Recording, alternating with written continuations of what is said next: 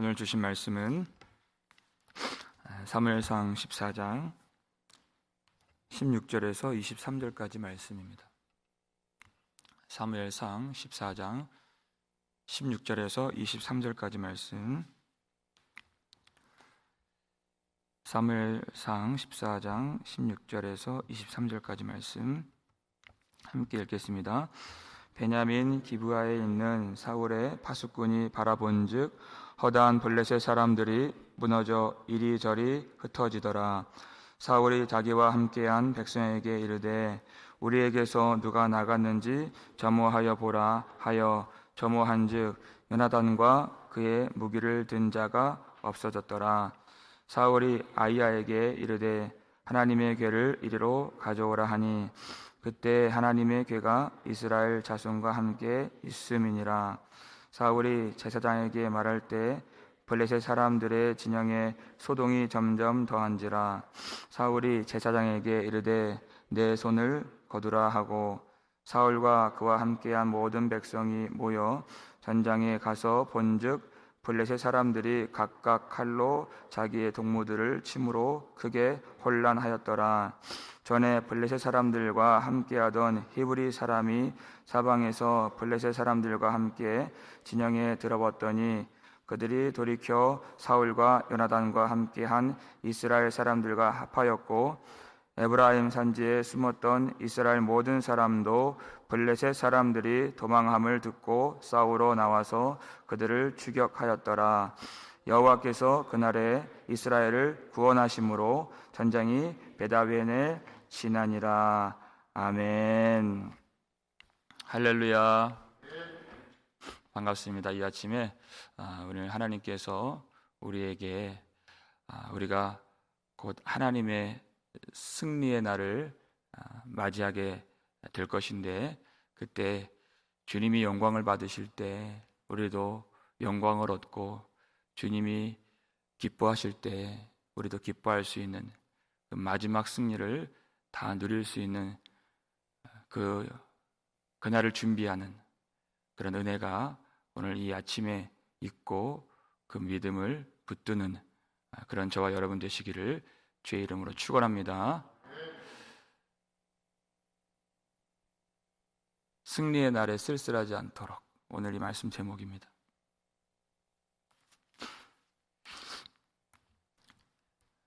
요나단과 그 소년이 믿음을 가지고 이 블레셋 사람들 이 진영에 들어가서 두 사람이 전쟁을 벌인다 말하기도 뭐할 정도로 두 사람이 들어갔는데 근데 20명가량 처음에 죽이는 그런 승리가 있었죠. 이것은 결코 작은 것이 아닙니다. 하나님이 하신 일이기 때문에 처음에 20명이라고 했습니다. 하나님은 이 일을 반드시 마치시기까지 그 일을 이루시기 때문에 결코 작지 않은 이 승리, 우리 인생에도 마찬가지입니다.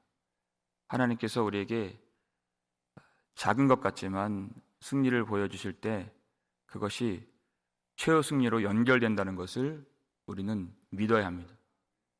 그리고 끝까지 믿음을 가지고 이 싸움에 머물러서 주님의 명령을 따르고 믿음을 지키고 말씀을 지키고 순종할 수 있어야 하는 것입니다.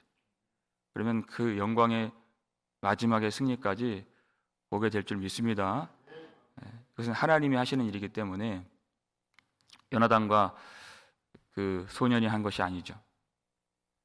이 블레셋 땅에 큰 떨림을 주시고 땅을 진동케 하시고 하나님의 두려우심이 그곳에 임했습니다. 그것을 사울의 파수꾼도 보았다 그랬어요. 16절 말씀 한번 볼까요? 읽겠습니다. 베냐민 기브아에 있는 사울의 파수꾼이 바라본즉 허다한 블레셋 사람들이 무너져 이리저리 흩어지더라 그랬어요. 여러분 이들이요 병거만 3만 대를 끌고 와서 해변의 모래와 같이 수많은 사람들이 진을 치고 그리고 험한 바위를 요새로 삼고 그렇게 진지를 구축했던 이 블레셋 사람들이 무너져 내리기 시작했습니다. 단 2사람, 요나단과 그 소년이 들어갔는데 이 블레셋 사람들이 혼비백산, 흩어지고 진영이 무너지고, 어떻게 이런 일이 일어났는가? 하나님의 두려우심, 하나님의 임재, 하나님이 그 땅을 진동시키시고 큰 떨림을 주셨을 때 그 진영이 다 무너지게 되는 것을 보게 되는 것입니다. 그것을 사울의 파수꾼도 보았고 그 파수꾼이 이제 사울에게 그것을 말해 주었습니다. 하나님이 역사하심을 그가 들었을 때 사울이 어떻게 행동을 했는가? 17절을 한번 읽겠습니다. 사울이 자기와 함께한 백성에게 이르되 우리에게서 누가 나갔는지 점호하여 보라 하여 점호한즉 요나단과 그의 무기를 든 자가 없어졌더라 그랬어요. 사울이 그 소식을 듣고서 이 블레셋은 대적이기 때문에 그들이 무너지는 것을 들으면 정상적인 반응은 기뻐해야 하는 것입니다. 그것을 대적으로 삼았다면 기뻐하고 당장 군대를 끌고 가서 쳐야 하는 것이에요. 그런데 사울이 점호를 하도록 명령했죠. 2번 이 단어가 나오는데 이 점호하다라는 이 말은 일전에 나왔던 계수하다라는 뜻입니다. 여러분, 그 수를 세어보는 것은 왕의 권한을 의미하는 것이에요. 군사가 몇 명 모였는가? 그리고 그 수 안에 들어간 사람은 왕의 통치 안에 있는 사람입니다. 그런데 오늘 성경 기자가 사울 왕의 통치 안에 있지 않은 2사람을 보여줘요. 누굽니까? 요나단과 그의 무기를 든 자가 그 통치 안에 없는 거예요. 그러면 이 2사람은 지금 어디 아래에 있다는 것입니까? 하나님의 통치 아래에 있다는 것을 말해주고 있는 것이에요. 점호한다는 것은 하나님이 하시는 일입니다. 하나님이 사울이 하나님의 점호 아래, 통치 아래 있어야 했던 것이에요. 점호가 군대에서 하는 거잖아요. 일어나라 그러면 일어나야 되는 거예요. 싸우라 그러면 싸워야 되는 것이에요. 하나님의 그 통치 아래에 있어야 하는 이 사울이 자기가 왕이 되었다는 것입니다. 그런데 이 2사람은 그 안에 있지 않아요. 하나님의 통치 아래에 있어요. 그리고 이 2사람을 통해서 놀라운 일을 하나님이 행하셨습니다.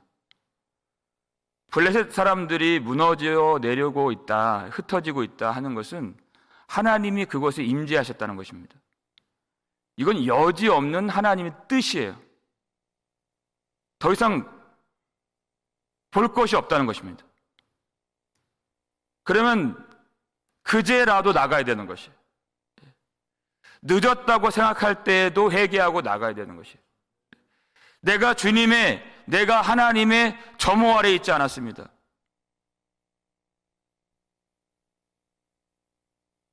그 마음을 가지고 나가야 되는데 사울은 그때 어떻게 했는가? 18절 말씀이죠. 읽겠습니다. 사울이 아히야에게 이르되 하나님의 궤를 이리로 가져오라 하니 그때 하나님의 궤가 이스라엘 자손과 함께 있음이니라. 아멘. 그랬어요. 자, 하나님의 궤를 이리로 가져오라 그랬어요. 하나님의 뜻을 묻겠다는 것입니다. 이렇게 사울이 항상 엇박자로 사는 거예요. 하나님의 임재가 지금 벌써 임했습니다. 하나님의 뜻은 확인되었습니다. 정작 하나님의 뜻을 물어야 할 때는 사울이 묻지 아니하고 자기 독단적으로 행했죠. 번제와 화목제를 자기 스스로 범하는 그런 일을 했죠. 그런데 하나님의 뜻이 명확하게 드러난 이 상황에서 하나님의 궤를 이리로 가져오라. 제사를 핑계 삼아 싸우기를 주저하는 것입니다. 그럴 때가 많이 있습니다. 예배를 드린다는 명목으로 정작 싸워야 할 것들은 고개를 돌리고 그 의무를 행하지 아니하는 그런 모습이 있다는 것이에요. 제사를 드리는 것은 항상 옳지 않습니까? 그럴 수 있어요. 그런데 하나님은 그 마음을 아신다는 것이죠. 법궤를 하나님의 궤를 이리로 가져오라. 여러분 어디서 이런 일을 보신 적 있으시죠? 사무엘상 4장에 나오는 이스라엘 장로들이 블레셋과의 전쟁에서 졌습니다. 4,000명이 죽었어요. 다시 한번 전쟁을 하려고 군사를 모았는데 이번에는 언약궤를 가져다가 우리로 구원하게 하자 그랬어요. 법궤를 가지고 오라 그랬어요. 그때랑 똑같은 것이에요. 우리로 구원하게 하자 그랬습니다. 법궤를 가지고 와서 이 법궤가 있으므로 이 법궤가 하나님의 임재가 우리를 구원하시도록. 여러분 하나님의 임재를 정말 바라는 사람들은 하나님의 궤를 이리로 가져오라 이렇게 하지 않습니다. 사무엘상 3장 3절을 보면 사무엘이 하나님의 궤에 있는 여호와의 전에 누웠으니 그랬어요. 법궤는 거기에 있는 거예요. 그리고 내가 거기에 나아가는 것입니다. 내가 거기를 향하는 것이에요. 어디 법궤를 이리로 가져오라 말라 그렇게 할 수 있는 법궤가 아닌 것이에요. 내가 취하겠다는 것입니다. 여러분 내가 취하는 것이 아니에요. 하나님이 은혜를 주시는 것입니다. 내가 뭐라고 취하겠습니까? 내가 부리겠다는 거예요. 내가 주장하겠다는 것이. 그렇게 말 안 듣다가 내가 궁하면 내가 취하겠다는 것입니다. 사울이 딱 그 짝이에요. 여러분 하나님의 임재를 정말 바라고 하나님의 도우심이 있기를 원한다면 법궤를 이리로 가져오라 이러한 마음으로는 안 됩니다. 솔로몬을 통해서 우리에게 가르쳐 주신 말씀이 있어요. 열왕기상 8장 33절 34절입니다. 읽겠습니다. 만일 주의 백성 이스라엘이 주께 범죄하여 적국 앞에 패하게 되므로 주께로 돌아와서 주의 이름을 인정하고 이 성전에서 주께 기도하며 간구하거든 주는 하늘에서 들으시고 주의 백성 이스라엘의 죄를 사하시고 그들의 조상들에게 주신 땅으로 돌아오게 하옵소서. 아멘. 법궤를 가져오는 것이 아니에요. 이 일이 왜 일어났는가 그 원인을 깨닫고 무엇입니까? 주께 범죄한 것입니다. 그래서 주께로 돌아오는 것이에요. 우리가 법궤를 내가 취하여서 끌고 오는 것이 아닙니다. 내 필요에 따라서 그것을 부리는 것이 아니라 내가 돌아와서 주님의 이름을 인정하고 그리고 이 성전에서 그랬어요. 이 성전에서 주님을 오시라 가시라 하는 것이 아니라 내가 성전에 나아가서 주께 기도하고 간구하고 이 성전을 향하여 바라보는 것이. 그러면 하늘에서 주님이 그것을 들으시고 이 백성들의 죄를 먼저 사하시는 것이. 그 일이 있은 다음에 하나님이 포로된 이 백성들을 그 땅으로 돌아오게 하시고 그 땅을 회복시켜 주신다는 것입니다. 이때 하나님의 임재와 하나님의 큰 도우심이 우리 인생 가운데 임하게 되는 것입니다. 내가 주장하여서, 내가 법궤를 쥐고서 내가 필요한 대로 하나님이 주시는 그 혜택만 누리려고 하는 이런 마음을 주님이 다 아시죠. 그래서 아이야에게 명령을 해요. 아이야는 일전에 살폈던 이가봇의 형제 아히두베의 아들입니다. 이가봇은 어떤 사람이에요? 하나님의 영광이 없다라고 하는 이름의 이가봇이에요. 그가 아무리 법궤를 가져왔다 하더라도, 그리고 제사를 드려도 거기는 하나님의 영광이 없습니다. 하나님은 이미 요나단과 그 소년 이들의 전쟁 가운데 임하신 하나님이세요. 그 마음을 모르시겠습니까?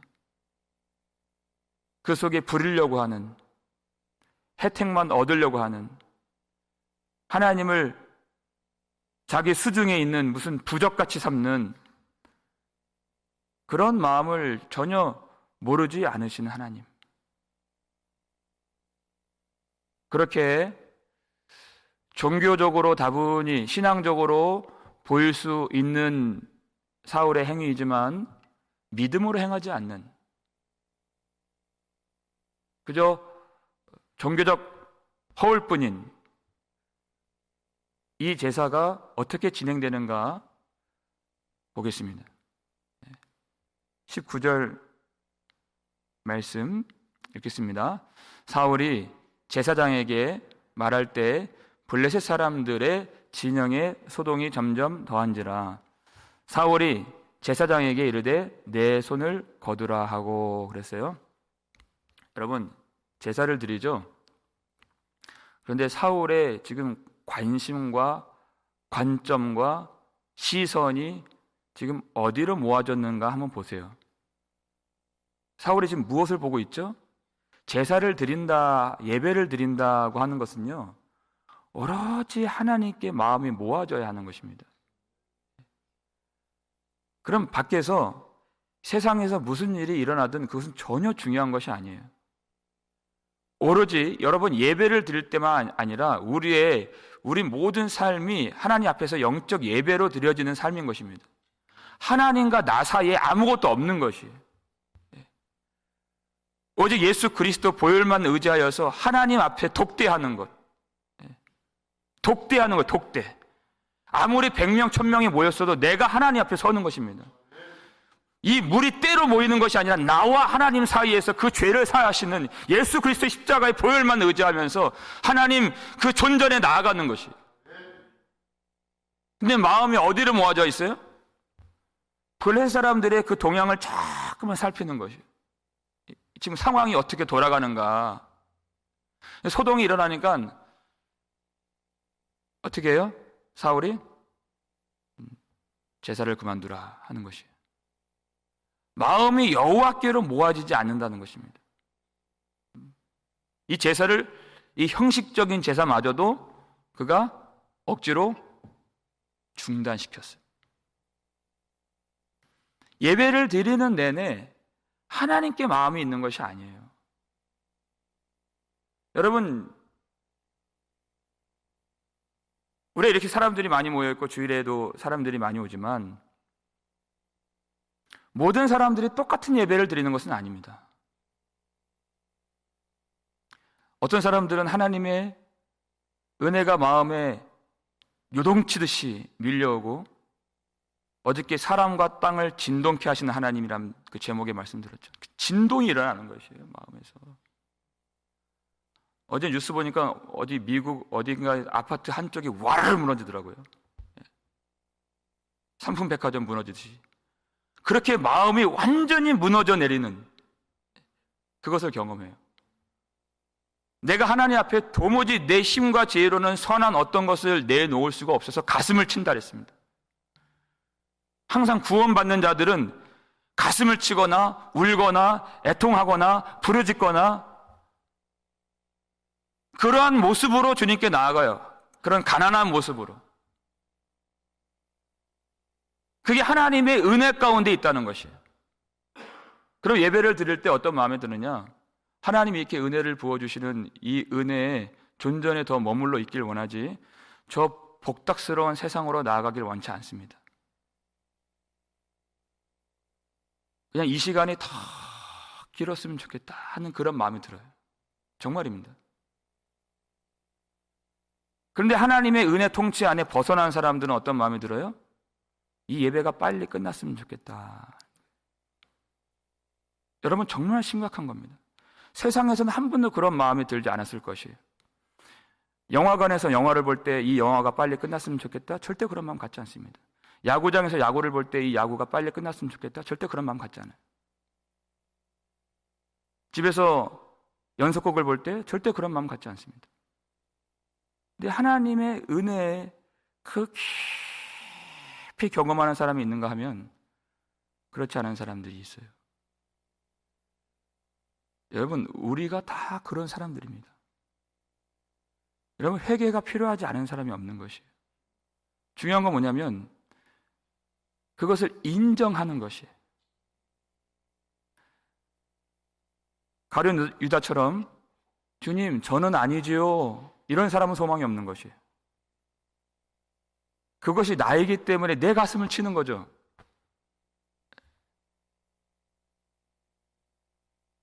하나님의 은혜를 떠난, 그 사랑을 잃어버린,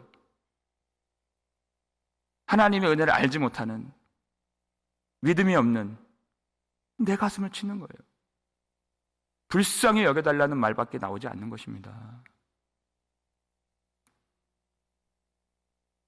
그것을 인정해야 되는 것이에요.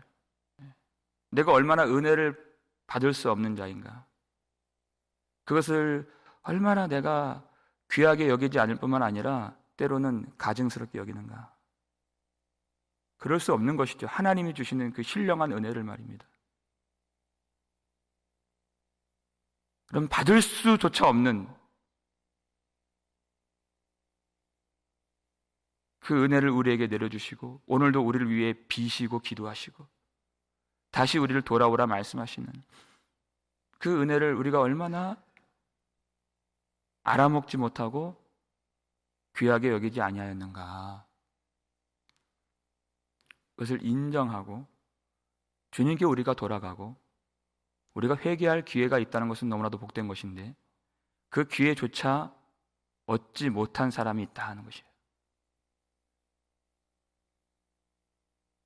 사울은 그 형식적인 예배마저도 자기가 잘라먹고 오로지 상황만 살피고 세상만 바라보고 그렇게 부랴부랴 사람들을 꾸려서 전쟁에 참여했습니다. 20절 말씀 볼까요? 읽겠습니다.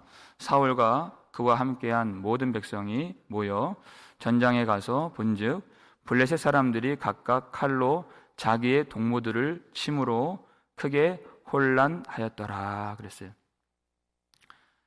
자기는 이제 와서 전쟁에 참여했는데 이 전쟁이 사실 이 승패는 완전히 다 기울어지고 이미 끝난 것이나 다름이 없는 이 상황이 펼쳐지게 된 것이에요.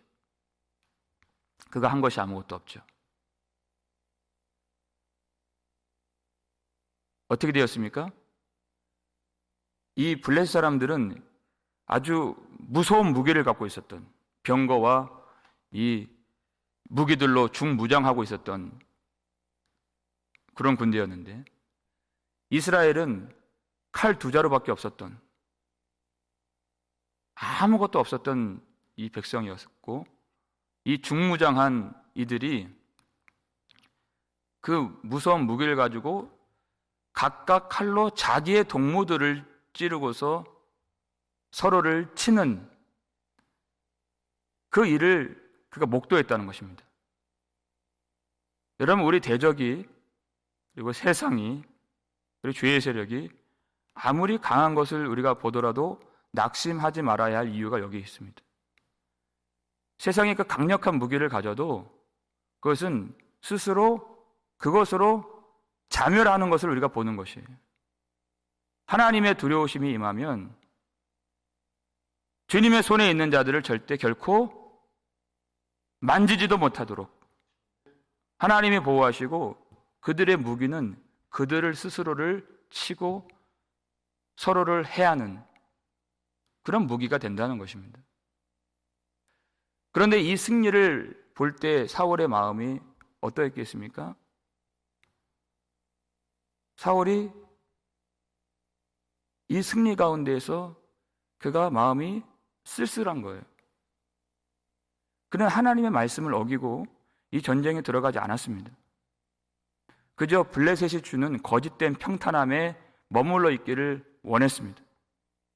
싸우기를 거부했어요. 그는 안 되는 줄 알았습니다. 그런데 자기가 오기도 전에 이미 이 싸움은 거의 다 끝나 있어요. 정말 여호와의 구원이 사람이 많고 적음에 달린 것이 아님을 사울 눈으로 목도하게 하셨습니다. 자기의 판단이, 자기의 생각이, 그의 불신앙이 얼마나 어리석은 것인지 그것을 보게 하셨다는 것이에요.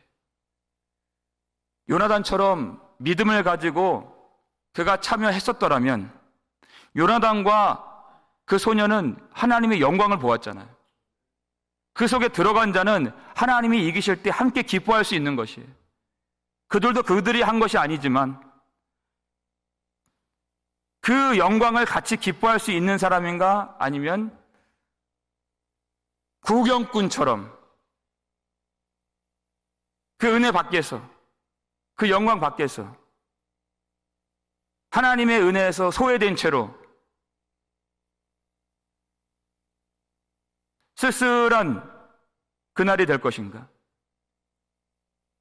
주님의 명령을 따라서 이 싸움에 들어간 자만이 주님이 승리하신 날에 주님의 영광의 승리를 함께 누릴 수 있는 것입니다.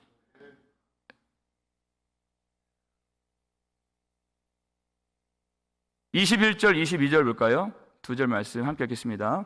전에 블레셋 사람들과 함께하던 히브리 사람이 사방에서 블레셋 사람들과 함께 진영에 들어왔더니 그들이 돌이켜 사울과 요나단과 함께한 이스라엘 사람들과 합하였고, 에브라임 산지에 숨었던 이스라엘 모든 사람도 블레셋 사람들이 도망함을 듣고 싸우러 나와서 그들을 추격하였더라.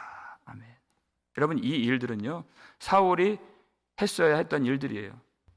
많은 사람들이 두려워서 이 이스라엘 군대 진영을 이탈하고 탈영해서 이 블레셋 사람들 그 진영에 들어간 사람이 많았다는 것이에요. 그런데 이 승기가 역전되어서 이스라엘 백성들에게 이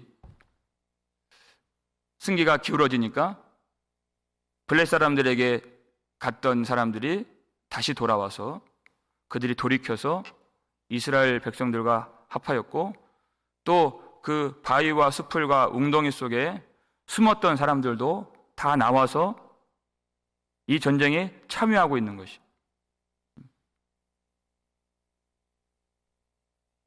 이러니까 얼마나 이 사울의 마음이 더 부끄럽습니까? 자기가 불신앙 가진 것들이 너무나도 어리석게 느껴져야 하는데, 그것도 감각이 살아있어야 그 부끄러움을 느끼는 것이.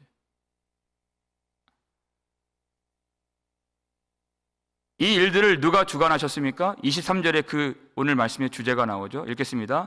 여호와께서 그날에 이스라엘을 구원하심으로 전쟁이 베다벤을 지나니라. 아멘. 구원자로서 하나님이 사울을 세우셨지만 그가 하나님의 말씀을 어기고 하나님이 점호하시는, 계수하시는 그 통치를 받지 아니하고 그가 불신앙 가운데에서 하나님과 다른 길을 걸어갈 때 하나님이 직접 이 이스라엘을 구원하셨다는 것이에요. 누구를 통해서요? 왕이지만, 군사가 있지만, 힘이 있지만 사울을 통해서가 아니라 요나단과 하나님의 통치 아래 있었던 그 이름 없는 그 소년, 사람이 많고 적음이 아닙니다.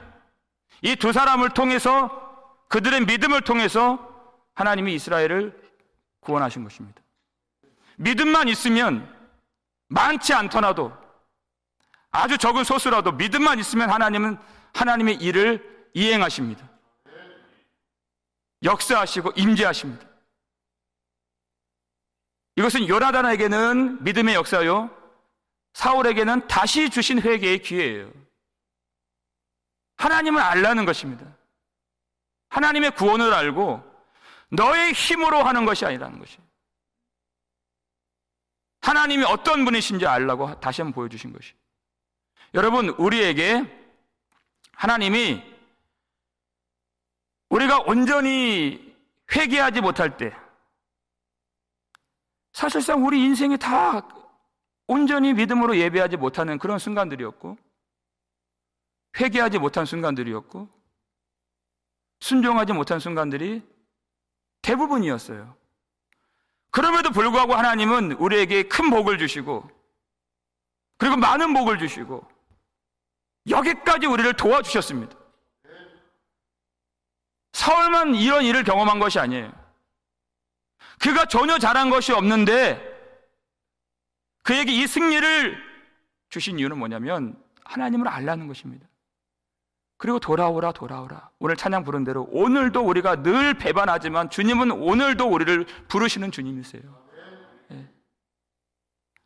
하나님이 이 은혜에, 하나님이 주시는 승리에 소외되지 말고 그 안에 들어와서 함께 영광을 누리자 하시는 것입니다. 우리가 평생 살면서 다른 사람 은혜 받는 것만 보지 말고, 다른 사람 간증하는 것만 들으려고 하지 말고, 다른 사람 기도 소리만 듣지 말고, 나와 하나님 사이에 예수 그리스도만 계셔서 나도 부르짖고, 나도 주님의 승리 그 한 복판에서 믿음의 역군이 되고, 나도 주님을 경험하여서 그런 믿음을 통해서 하나님이 역사하실 수 있도록, 그렇게 하나님이 이 회개의 기회를 주실 때 우리가 이 은혜를 귀하게 여길 줄 알아야 되는 것입니다.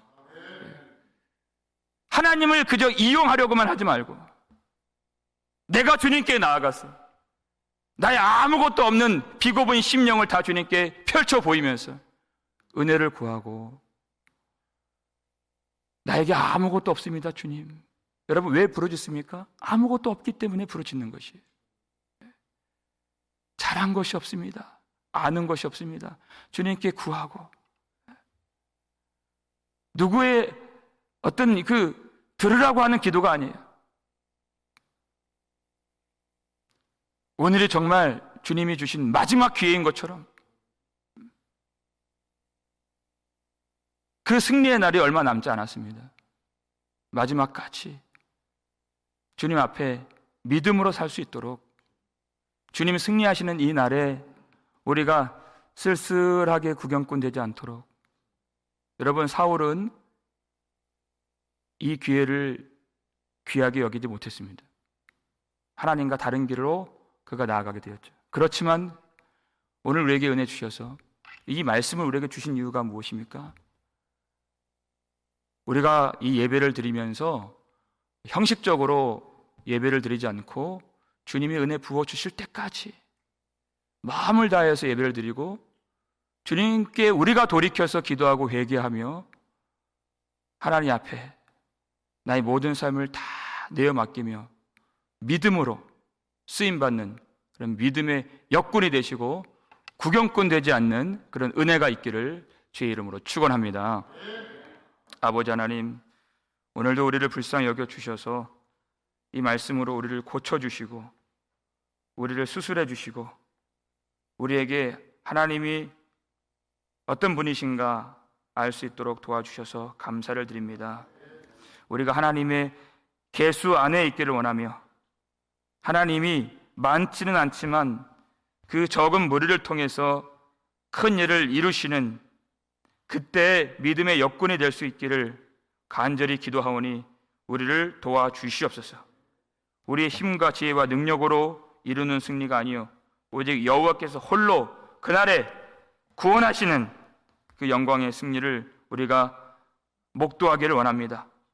하나님, 우리를 불러주셨사오니 하나님의 이 통치에서 벗어나는 이가 하나도 없도록 도와주시고, 하나님 앞에 예배를 드릴 때 진실하게 마음을 다하여서 하나님의 임재를 우리가 경험하고 주님과 독대하며 참된 예배를 드릴 수 있도록 참 믿음을 우리에게 내려 주시옵소서.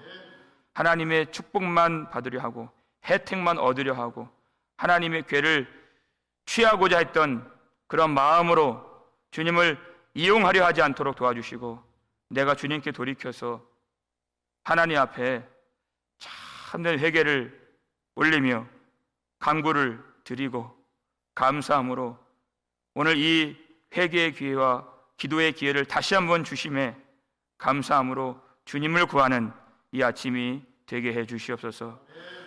우리가 하나님의 말씀을 받을 지혜도 없고 은혜를 깨달을 능력이 없사오니 우리를 불쌍히 여겨주시고 하나님이 임하여 주시고 하나님의 불쌍히 여겨주시고 하나님 우리 속에서 역사해 주시고 우리가 능히 취할 수 없고 가질 수 없는 성령의 은혜를 우리 마음 가운데 충만하게 부어주셔서 이 험한 세상 살아갈 때 오직 그 믿음으로 하나님만 바라보면서 온전한 신앙의 길을 끝까지 나아가며 마지막 승리를 얻을 수 있도록, 하나님 승리하실 때 그저 구경꾼으로서 바라보는 것이 아니요 그 승리의 한 복판에서 주님의 영광을 함께 누리며 함께 기뻐하며 영원히 주님을 찬양할 수 있는 그 믿음을, 그 영광을 우리에게 허락하여 주시옵소서. 잘 싸우게 하시고 우리가 그렇게 쓰임받게 하시고, 그리고 많은 사람들이 이렇게 잃어버렸던 사람들이 다 돌아와서 하나님의 영광을 함께 보며 함께 누릴 수 있도록 귀한 기회를 축복해 주시옵소서. 감사를 드렸고 우리를 구속해 주신 예수 그리스도의 이름으로 축복하며 기도 올리옵나이다. 아멘.